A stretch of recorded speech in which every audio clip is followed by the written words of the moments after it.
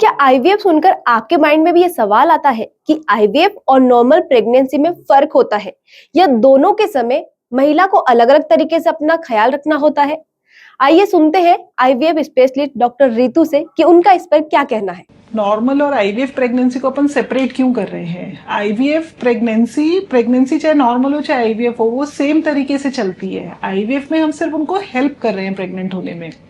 Normal pregnancy वो naturally conceive करते हैं। आईवीएफ प्रेगनेंसी में हम फीमेल एग्स मेल स्पर्म बाहर एम्ब्रियो बना के और उस एम्ब्रियो को फीमेल के यूट्रस में रखते हैं। तो वो जो प्रेगनेंसी का जो ड्यूरेशन है 9 मंथ्स का, वो सेम वैसे ही चलता है। अब प्रेगनेंसी की यदि मैं बात करूं तो प्रेगनेंसी में फीमेल्स को कुछ बातों का ध्यान रखना जरूरी है।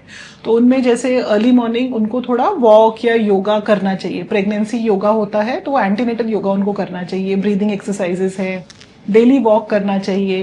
देन कुछ सोक्ड नट्स वो ले सकते हैं अपने ब्रेकफास्ट के अंदर।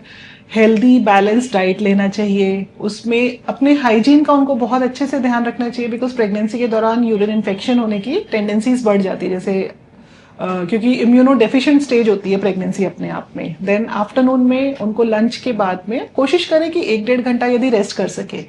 देन इवनिंग में वापस से उठ के उनको कुछ चने या हाई प्रोटीन कंटेंट का कुछ वो ले लें। देन रात में डिनर, एक अच्छा सा डिनर, एक हेल्दी बैलेंस डाइट, सैलेड्स, दाल, रोटी, सब्जी, वो सारी चीजें लें। रात में एक ल्यूक वार्म मिल्क का ग्लास ले लें। एंड देन एक अच्छी सी रात के 7-8 एक गुड नाइट स्लीप लें 7-8 घंटे की। आईवीएफ से जुड़ी इसी तरह की कोई और जानकारी या आपके और कोई सवाल हो तो आप स्क्रीन पर दिख रहे नंबर पर कांटेक्ट कर सकते हैं और अपने सवालों के जवाब जान सकते हैं।